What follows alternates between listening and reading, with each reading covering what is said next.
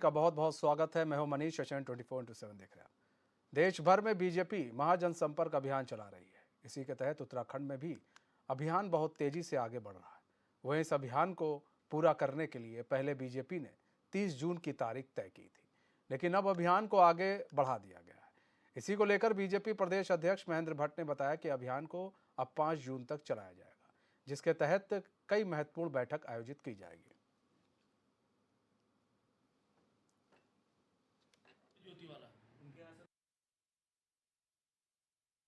देखिए, महासंपर्क अभियान के तहत उत्तराखंड के हर बूथ से संपर्क का जो हमारा कार्यक्रम था, घर घर संपर्क, उस कार्यक्रम की तिथि केंद्र द्वारा हमको अनुमति मिल गई है और 5 तारीख हमने वो कार्यक्रम रखा है। हमने प्रत्येक विधानसभा के 75 विशिष्ट जनों से मिलने का कार्यक्रम था, उसकी समीक्षा चल रही है। किसी विधानसभा में 5-7 लोग अभी छूटे, उनको हम पूर्ण करेंगे और एक लोकसभा में 1000 लोगों के मिलने का लक्ष्य हम से ज़्यादा हम लोग बढ़ेंगे। इसके साथ साथ कोई घर न छूटे, इस दृष्टि से हमने कार्यक्रम तय किया। और मुझे बताते हुए खुशी है कि उत्तरांचल में हमारे कार्यकर्ताओं ने उत्साह दिखाया। उसका परिणाम था कि हमारी महिला मोर्चे की चमोली जिले की जो अध्यक्ष हैं हिमानी वैष्णव, वो सर्वाधिक सेल्फी लेने वाली और घर घर संपर्क करने वाली कार्यकर्ता में उसने 10वां स्थान प्राप्त किया है। तो उसकी पूरी समीक्षा हम लोग कर रहे हैं और 5 तारीख तक कोई घर न छूटे, ऐसा लक्ष्य के साथ अपना संपर्क अभियान चला रहे हैं।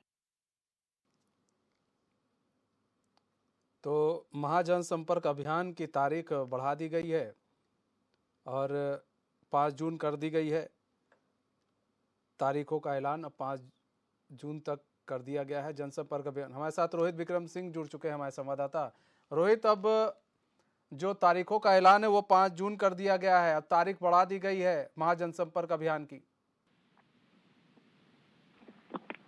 बिल्कुल मनीष, क्योंकि उत्तराखंड में मौसम लगातार खराब रहा है और ऐसे में शुरुआती दौर की अगर हम बात करें तो सबसे पहले press meet Bharatiya Janata party की रखी गई थी, जिसमें सांसदों और विधायकों का जो कार्यकलाप या क्रियाकलाप जो है वो जनता के समक्ष रखा गया था, जिसमें print media, electronic media, social media, सारी मीडिया को बुलाया गया था। और सांसदों ने और विधायकों ने, खास तौर पर सांसदों ने इन 5 सालों के भीतर जनता के लिए क्या कुछ काम किए हैं, 5 लोकसभा सीटों पे, इन तमाम चीजों को जनता के समक्ष रखा गया है। और साथ ही 1 साल का जो अब तक का कार्यकाल है और पिछला जो 5 साल का कार्यकाल भारतीय जनता पार्टी का रहा है, इसमें कितना कुछ विकास कार्य हुआ है और आगे आने वाले 4 सालों के भीतर क्या कुछ विकास का एजेंडा प्रदेश सरकार का रहने वाला है, इन तमाम चीजों को जनता के समक्ष रखा गया है। देखिए मनीष, भारतीय जनता पार्टी अच्छी तरह जानती है कि अगर काम किया है तो उसको किस तरह से प्रेजेंट करना, उसका प्रचार प्रसार किस तरह से करना है।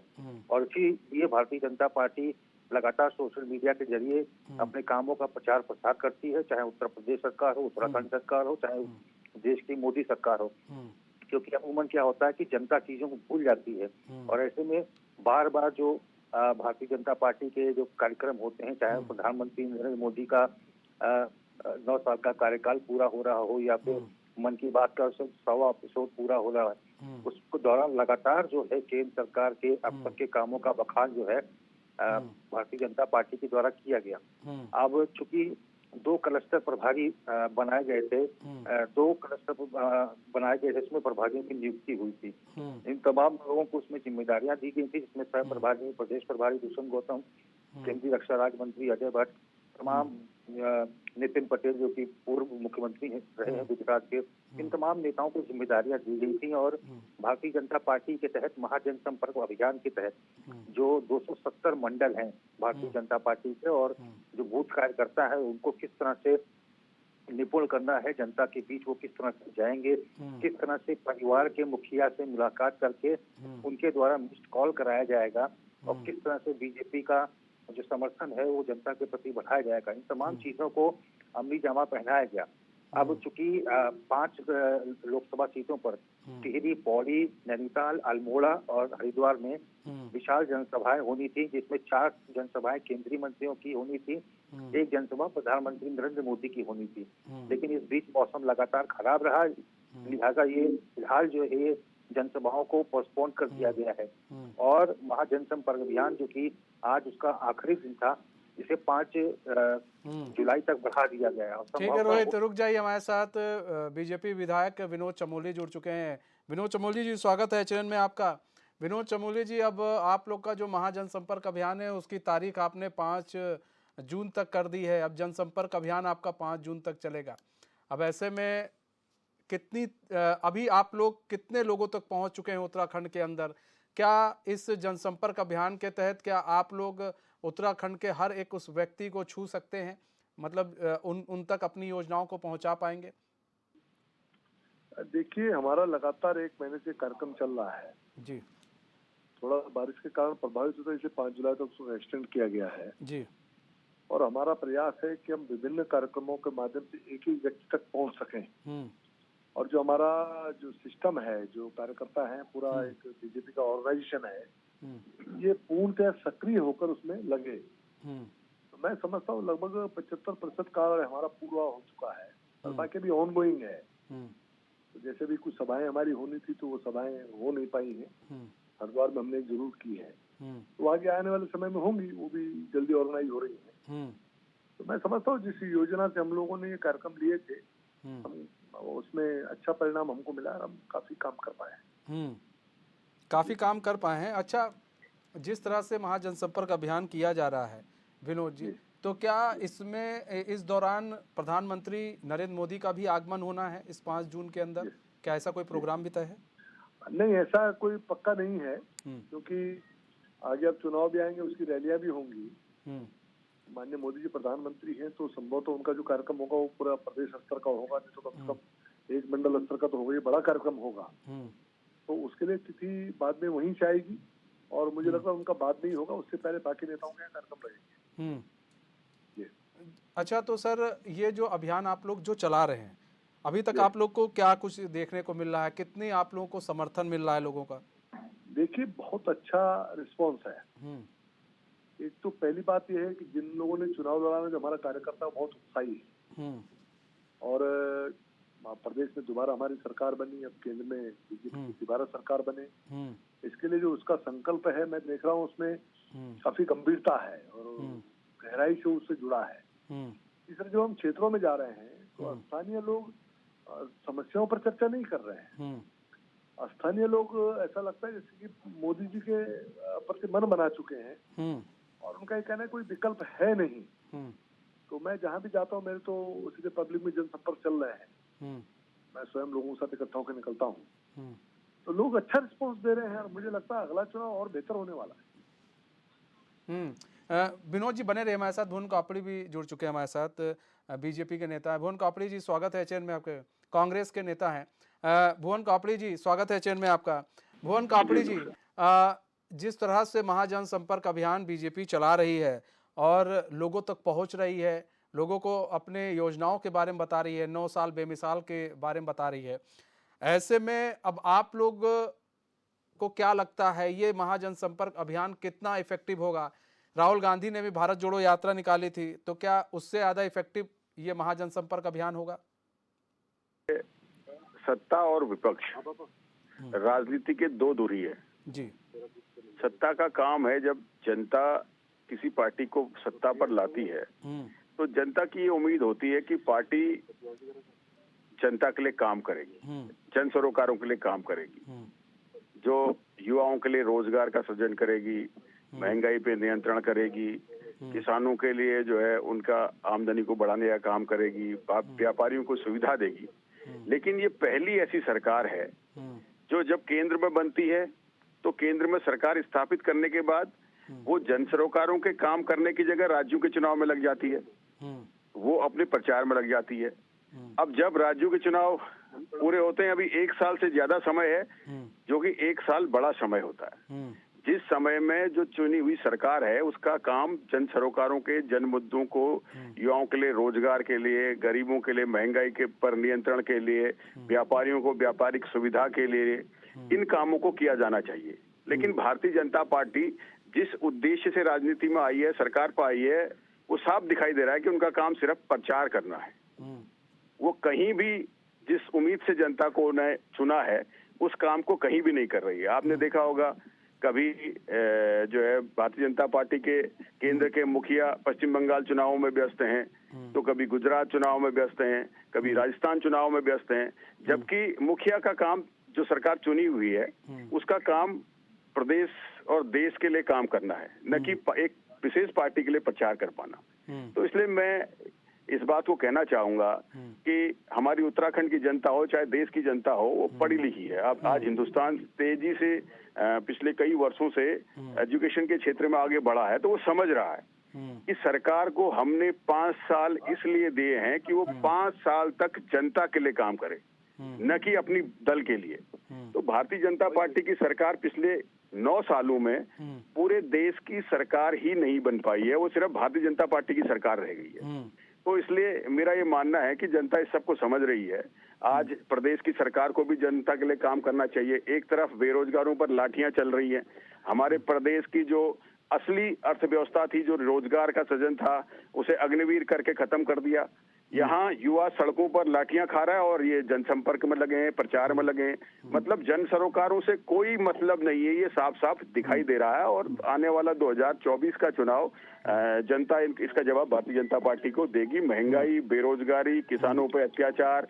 आज देखिए हमारा ऊर्जा प्रदेश है और गर्मी का मौसम है, 8-8, 10-10 घंटे पूरे प्रदेश में बिजली कटौती हो रही है। सरकार को कोई मतलब नहीं है, वो जनसंपर्क अभियान में लगी हुई है। जहाँ प्रदेश के मुखिया को प्रदेश की व्यवस्थाओं को बनाना चाहिए, वहाँ वो जनसंपर्क में लगे हुए हैं। किस बात का जनसंपर्क? जब आपको 5 साल की जिम्मेदारी दी गई है तो आपको निभानी चाहिए, और इस बात को हिंदुस्तान की जनता और हमारे प्रदेश की जनता भली भांति समझ चुकी है। विनोद चमोली जी, भाई यहाँ तो कांग्रेस का कहना है कि जनता समझ रही है और आप लोगों ने जो काम किए ही नहीं है, अब उसको गिनाने से क्या फायदा है?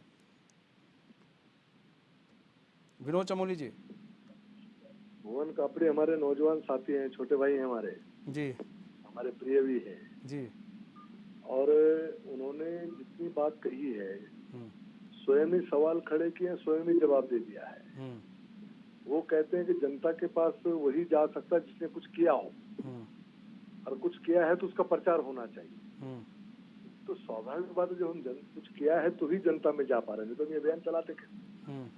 तो अपने कामों को जनता तक पहुंचाना उन्होंने भी नहीं नकारा है। अगर काम किया तो जनता तक जाना चाहिए। अब वो विपक्षी दल के हैं तो हमारे किए हुए काम को स्वीकारेंगे तो है नहीं, लेकिन निश्चित तौर पर अगर हम 9 साल के कामों को लेकर जनता के बीच में जा रहे हैं तो काम किया है तो ही जा रहे हैं। पहली बात तो ये समझ में आना चाहिए। दूसरा, अभी हमने काम किया तो हम दोबारा आए प्रदेश के अंदर। हमने काम किया तो हम केंद्र में 2 बार यहाँ पर अपने 5-5 एमपी बना के भेज चुके, तैयारी है। तो ये हमारे कामों का ही, जनता से जुड़े हुए सरोकार ही हैं जिनके कारण हम जनता के अंदर इतने आत्मविश्वास के साथ खड़े हो पाते हैं और जनता को स्वीकारती है। तीसरा विषय, उन्होंने ये कहा कि साहब इनको सरकार चलाना चाहिए, जनता के बीच में नहीं जाना चाहिए। मैं पूछना चाहता हूँ, एक दल के व्यक्ति हैं, इनका भी संगठन है, सरकार में जो भी लोग बैठे हैं, चाहे मैं हूँ, चाहे उसका धामी हो, चाहे जो भी हो, वो एक दल के कार्यकर्ता भी हैं और चुनाव पार्टी लड़ती है, सरकार नहीं लड़ती है। पार्टी जब चुनाव लड़ती है तो निश्चित तौर पर उसके जो कार्यक्रम होते हैं उनके आधार पर लड़ती है, सरकार ने जो काम किया होता है उसके आधार पर लड़ती है। और कार्यकर्ता के नाते हम सबकी जिम्मेदारी भी है कि हम पार्टी के उन कार्यक्रमों को सफल बनाएं, उन कार्यक्रमों के माध्यम से जनता के बीच में जाएं। तो ये तो ऐसा है नहीं कि कांग्रेस के लिए कोई और फॉर्मूला होता होगा जनता में जाने, अगर हमारे लिए कोई और फॉर्मूला होता होगा। जाते सब इसी तरह से हैं। फर्क ये है कि हमारे पास, उनके पास सिर्फ हमें हमारी कमियां निकालने के लिए, विपक्ष में है, उनके पास ऐसा कुछ है नहीं वो ज्यादा कुछ कर सके। लगता है हमारे विरोध में बोलना है, वो बोलते हैं, माहौल बनाने की कोशिश कर रहे हैं, लेकिन जनता में उसका प्रभाव ज्यादा है नहीं। जनता ज्यादा प्रभाव है नहीं। भुवन कापड़ी जी। जी जी सर, जवाब दे दीजिए। आप लोग बड़े की भाई बातों का हमारे ज्यादा प्रभाव नहीं है। जी चमोली जी हमारे बड़े भाई हैं और बहुत तजुर्बेकार हैं और बोलने में भी बहुत जो है ज्यादा अच्छा बात वक्तृता बहुत अच्छी है। लेकिन आज अगर हम जनता में जा रहे हैं, 9 साल की उपलब्धि गिना रहे हैं, तो जनता ये भी पूछ रही है। मैं तो आपसे ये भी कहना चाहूंगा कि खटीमा में जब हम प्रचार कर रहे थे, हमारे घोषणा पत्र में ये था कि हम अगर कांग्रेस की सरकार आती है तो अन्य राज्य जो कांग्रेस शासित राज्य हैं उन राज्यों की तरह सिलेंडर 500 रुपए का देंगे। तो आज भारतीय जनता पार्टी के लोग मेरा पुतला फूंकते हैं और लोगों से कहते हैं कि भुवन कापड़ी जी 500 का सिलेंडर दीजिए। तो अब 500 का सिलेंडर देना काम तो सरकार का है, हमारी सरकार तो है नहीं। तो आज जब युवा सड़कों पर पिट रहा है, आप समझिए कि आज हमारे राज्य की स्थिति में जाएं तो जहां पूरा पहाड़ी प्रवेश, भूतपूर्व सैनिक जहां प्रवास करते हैं और भूतपूर्व सैनिक ही जो है सबसे ज्यादा संख्या में रोजगार जो है सैनिकों का रोजगार उत्तराखंड में था, तो आज जो केंद्र ने अग्निवीर योजना चलाई है उससे सबसे ज्यादा प्रभावित हुआ है तो मुझे लगता है कि पूरे देश में उत्तराखंड हुआ है। अगर आज हम बात करें कि भर्ती घोटालों की, तो आपके सामने स्पष्ट है, बड़े भाई भी जानते हैं कि किस तरीके से पहले यूके ट्रिपल एससी फिर यूके पीएससी किस तरीके से युवाओं के रोजगार को बेचता हुआ स्पष्ट रूप से पकड़ा गया। आपने कहा कि भाई आपके सरकार में घोटाला हुआ, 2016 में दरोगा भर्ती घोटाला हुआ, तो हमने कहा जी बिल्कुल, अगर हमारी सरकार में भ्रष्टाचार हुआ है तो उसके खिलाफ भी कार्रवाई होनी चाहिए और जिसने किया है उसके खिलाफ भी कार्रवाई होनी चाहिए।